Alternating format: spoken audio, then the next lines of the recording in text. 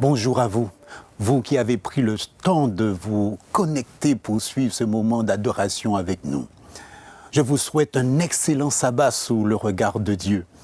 Et je prie pour que ce moment soit bénéfique pour vous, que nous puissions tirer profit de ce moment et que nous puissions d'ores et déjà accentuer notre préparation pour le royaume éternel de Dieu. Vous le savez déjà, mais il est nécessaire de le rappeler encore aujourd'hui afin que nous soyons plus vigilants dans toutes nos entreprises. Cela fait déjà un certain temps que le compte à rebours de l'histoire de cette terre a commencé. Bientôt, elle s'achèvera pour donner place au royaume éternel de Dieu. Il nous appartient donc, chers amis, de nous préparer pour cet événement imminent. Comment pouvons-nous faire pour que cette préparation soit à la hauteur de l'événement à venir ? Je ne vois qu'une seule manière de le faire, c'est en considérant les paroles de Jésus. Afin que quelle que soit l'issue de notre histoire sur terre, je prie que notre préparation soit à notre avantage. Ainsi, pour nous aider, j'aimerais vous raconter pour commencer une histoire en rapport à un grand homme qui est reconnu pour sa sagesse. Mahatma Gandhi avait un emploi du temps chargé et donc il se précipitait souvent d'un endroit à l'autre. À la fin d'une journée épuisante, arrivé en retard à la gare, il court sur le quai pour monter dans un wagon qui se déplace déjà. Des gens à bord l'aident à mettre le pied sur l'escalier d'embarquement, mais ce faisant, une de ses sandales tombe. Tout le monde regarde avec curiosité le train s'éloigner de la sandale sur le quai. Au grand étonnement des personnes présentes, Gandhi se penche rapidement, attrape son autre sandale et la lance en direction de celle qu'il venait de perdre. Des curieux lui demandent « Mahatma, pourquoi as-tu jeté ton autre sandale ?» Gandhi répondit en souriant « Le paysan qui trouvera ma chaussure sera heureux d'avoir la paire qu'il pourra utiliser. Sinon, ce serait une perte pour nous deux. J'espère seulement que la pointure de mes chaussures correspondra à ses pieds. » Chers amis, reconnaissez avec moi que Mahatma Gandhi était un homme de principe. Dans sa mésaventure, Gandhi ne pleura pas sur son sort, il ne s'est pas apitoyé sur lui-même. À bien y penser, pour Gandhi, il ne s'agissait pas d'une mésaventure en réalité. Bien au contraire, c'était juste une opportunité de faire du bien à son prochain en se mettant à sa place. Il mit en œuvre un principe de vie dans lequel il serait gagnant ainsi que son prochain. Bien sûr, Gandhi n'en était pas l'auteur. Des années auparavant, Jésus avait énoncé ce principe comme l'un des principes fondamentaux de son royaume. Découvrons ensemble ce principe dans l'évangile de Matthieu, chapitre 7, le verset 12. « Tout ce que vous voulez que les hommes fassent pour vous, faites-le de même pour eux, car c'est la loi et les prophètes. » Prions ensemble. Notre Dieu, notre Père céleste, ta parole est ouverte devant nos yeux. Dispose nos cœurs à entendre ta voix. Par ton Esprit Saint, enseigne-nous. Nous t'avons prié au nom de Jésus. Amen. Le texte de méditation d'aujourd'hui est extrait du sermon sur la montagne. Un sermon dans lequel Jésus va chercher à promouvoir son royaume en offrant une claire présentation des prérequis pour être citoyen. Par conséquent, tous ceux qui ont pour objectif, qui envisagent de passer l'éternité avec Jésus, devraient sérieusement prendre garde à ce message. Car c'est un message clair qui ne prête pas à confusion. C'est un message qui s'oppose au proverbe communément accepté du temps de Jésus, qui dit ceci: « Ne fais pas aux autres ce que tu ne voudrais pas qu'on te fasse. » Jésus n'est pas à la recherche de chrétiens qui se limiteraient à ne pas pécher, à ne pas offenser l'autre, comme s'il suffisait de ne pas faire du mal au prochain pour être un potentiel candidat pour le ciel. Jésus attend davantage de ceux qui veulent être des citoyens du ciel. Selon cette tradition, ces personnes ne cherchent pas à devenir meilleures. Elles ne cherchent pas la perfection. du caractère, mais elles craignent juste d'être traitées de la manière dont elles traitent les autres. En effet, elles évitent de faire du tort au prochain, à leur prochain, pour la simple et bonne raison que c'est une façon pour eux de se protéger des inconsistances humaines. Lorsque Jésus dit « Tout ce que vous voulez que les hommes fassent pour vous, faites-le de même pour eux, car c'est la loi et les prophètes », il est clair que Jésus souhaite amener notre style de vie, notre spiritualité, notre religion à un niveau plus élevé. De ce texte, je vous propose de tirer 3 points, 3 réflexions qui nous serviront à nous préparer pour le royaume des cieux. Le premier, Jésus définit une nouvelle religion. Faire partie du royaume de Dieu implique que nous ayons une compréhension précise de ce que Jésus attend de nous. Il demande à son auditoire de faire aux autres ce qu'il voudrait qu'on lui fasse, car c'est un enseignement tiré de la loi et des prophètes. Par conséquent, point n'est besoin d'aller à Miquelon ou de chercher des eaux dans du Kalalou pour nous familiariser avec les principes de la religion du Christ. Une telle religion n'est nouvelle que pour ceux qui ont négligé de considérer la loi et les prophètes, pour ceux qui ont longtemps fait fi d'écouter la parole de Dieu, mais pour ceux qui ont pour habitude de sonder la parole, il en est autrement. C'est la mise en pratique d'un principe divin, c'est la mise en jambe pour vivre dans le royaume. Aujourd'hui encore, cette parole est capable de transformer des vies et transformer individuellement la nôtre. Elle peut dès à présent incontestablement améliorer le cours de notre vie. L'apôtre Paul la compare à une épée. Hébreux chapitre 4, 18 et 4, 12, car la parole de Dieu est vivante et efficace, plus tranchante qu'une épée quelconque à 2 tranchants, pénétrante jusqu'à partager l'âme et l'esprit, jointure et moelle. Elle juge les sentiments et les pensées du cœur. En effet, cette parole a le pouvoir de mettre sens dessous notre vie et la restaurer. Cette parole transcende le temps et elle est toujours d'actualité. Car il est dit, Ésaïe 40, verset 8, « L'herbe sèche, la fleur tombe, mais la parole de Dieu subsiste éternellement. » C'est pourquoi il est nécessaire que tout homme et toute femme prennent garde à la parole de Jésus, afin que nous soyons capables de reconsidérer notre vie et lui apporter, si besoin est, les changements qui s'imposent par la grâce de Dieu. C'est dès à présent, dans ce monde imparfait, que le style de vie du royaume de Dieu doit prendre racine en nous. Cette nouvelle religion est définie en des termes positifs. Traitez les gens de la même manière que vous voulez qu'ils vous traitent. Elle n'est pas constituée d'une liste d'interdictions. Tout ce qui est bien, honorable, approuvé par la parole de Dieu, peut se faire sans réserve. C'est ce que fit Mahatma Gandhi. Et si un homme d'une telle aura de surcroît indien ait pu manifester une aussi grande déférence à l'endroit de son prochain, nous pouvons déduire que ce principe énoncé par Jésus transcende les barrières raciales, culturelles et religieuses. Il s'adresse en réalité à tous les hommes sans exception.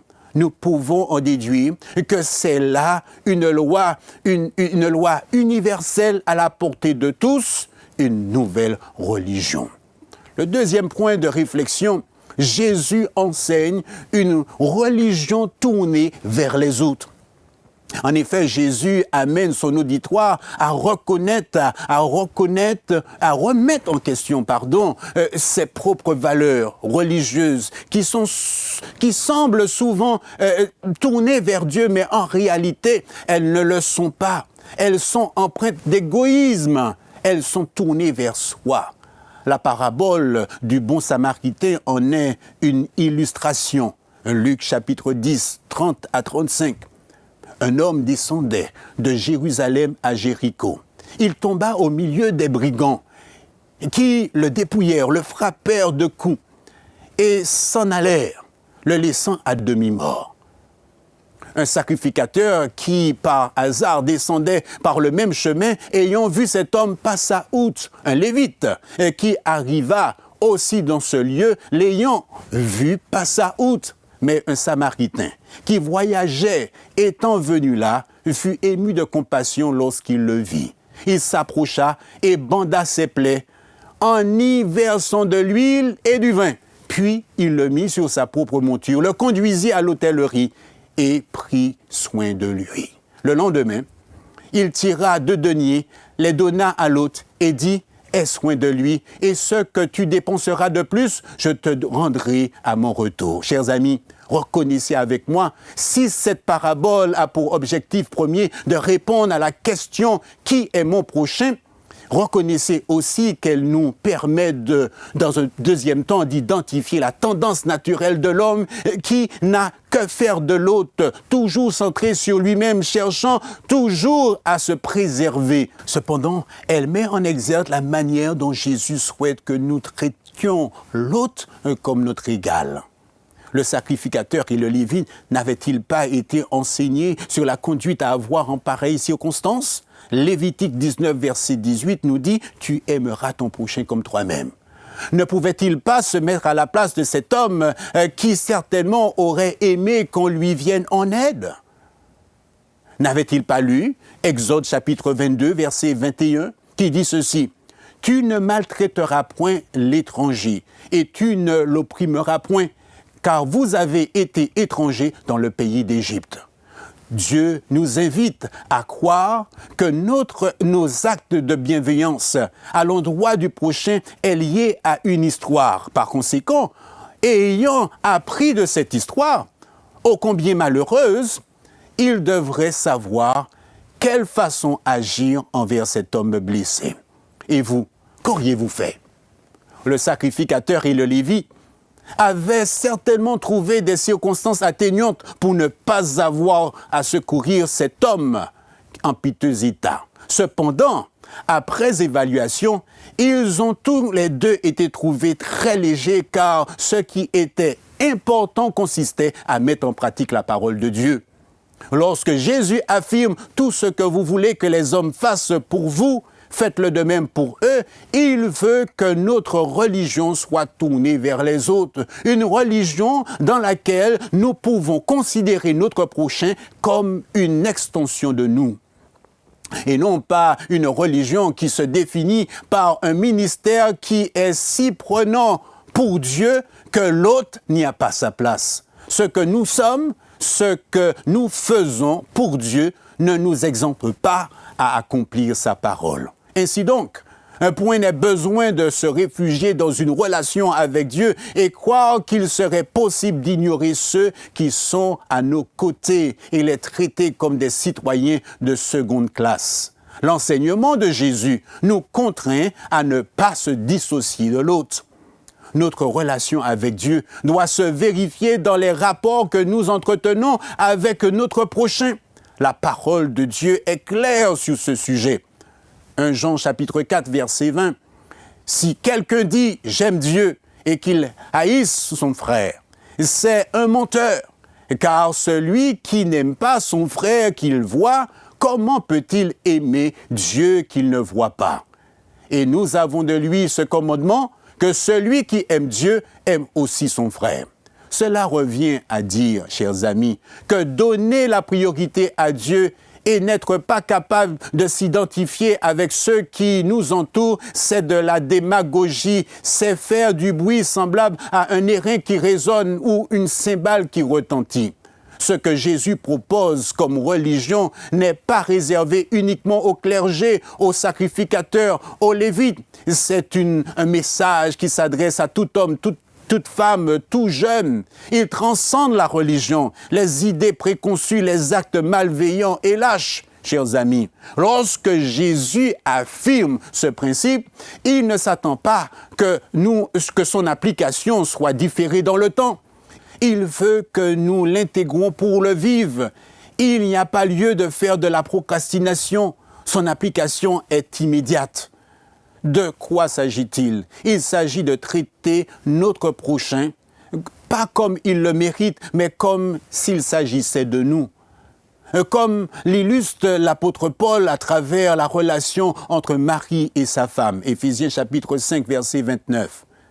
Car jamais personne n'a haï sa propre chair, mais il la nourrit et en prend soin comme Christ le fait pour l'Église, parce que nous sommes membres de son corps.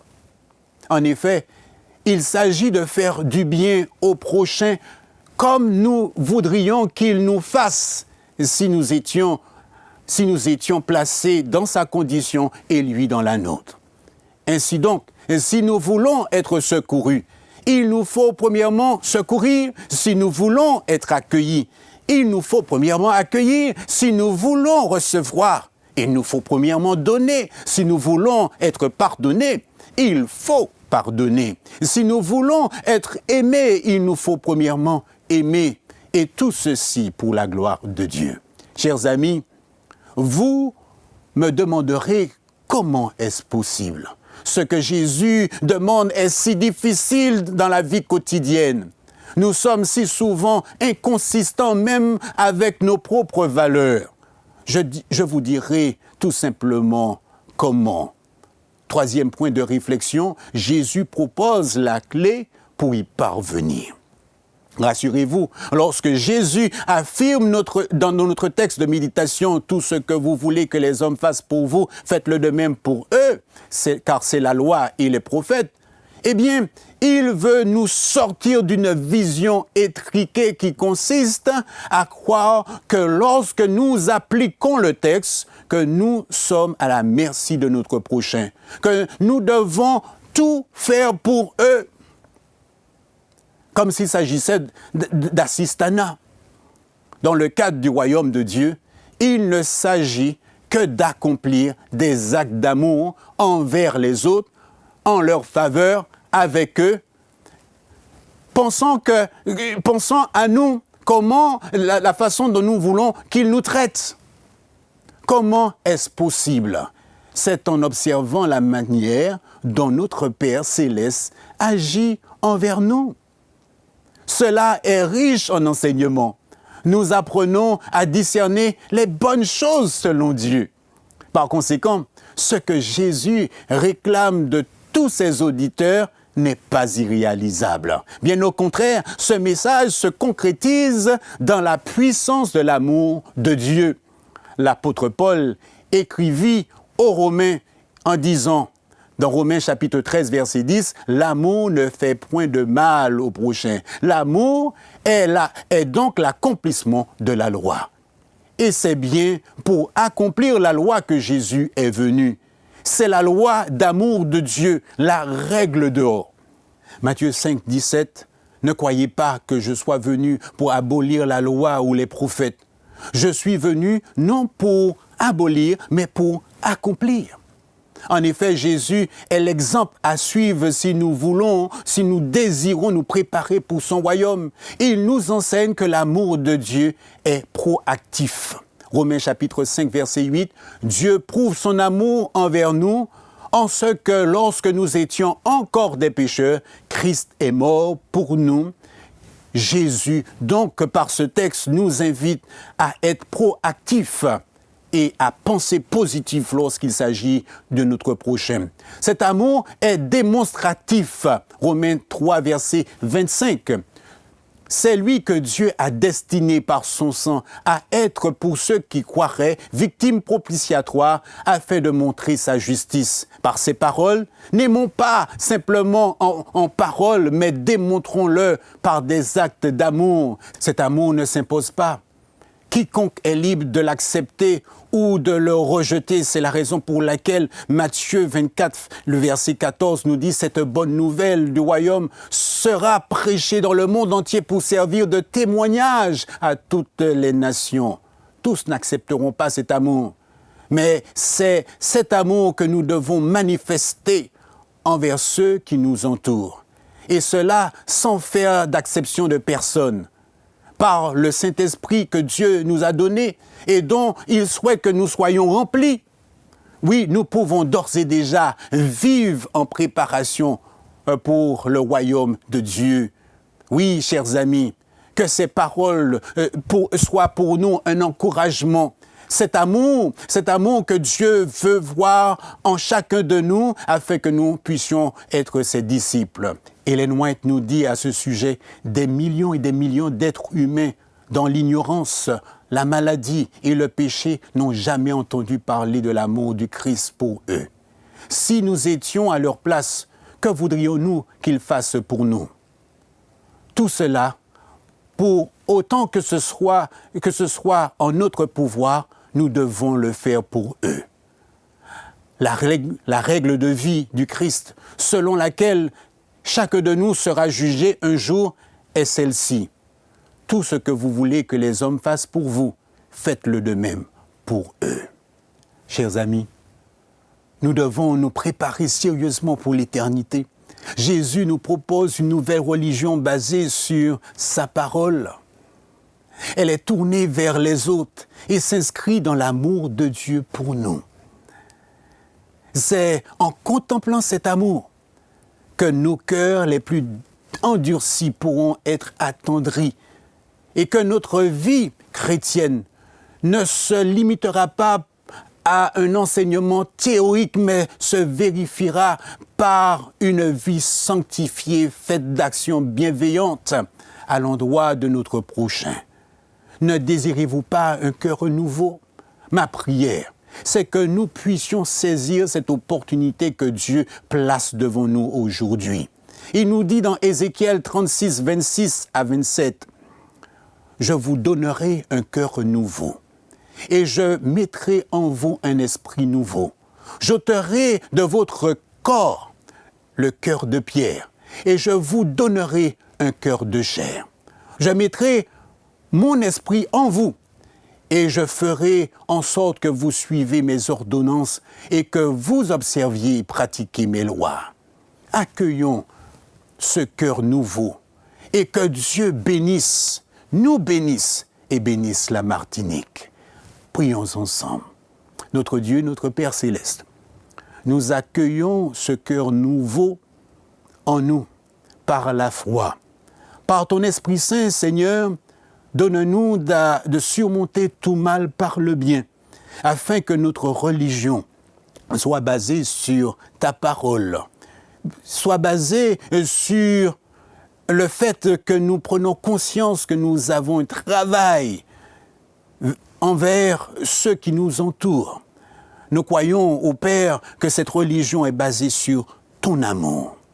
Ô Père éternel, aide-nous à demeurer dans ta parole et vivre dans cette attente de ton royaume, afin qu'en tout, nous puissions être un témoignage pour ceux qui nous entourent. Reste donc avec nous et dirige-nous, bénis-nous. Nous t'avons prié au nom de Jésus. Amen.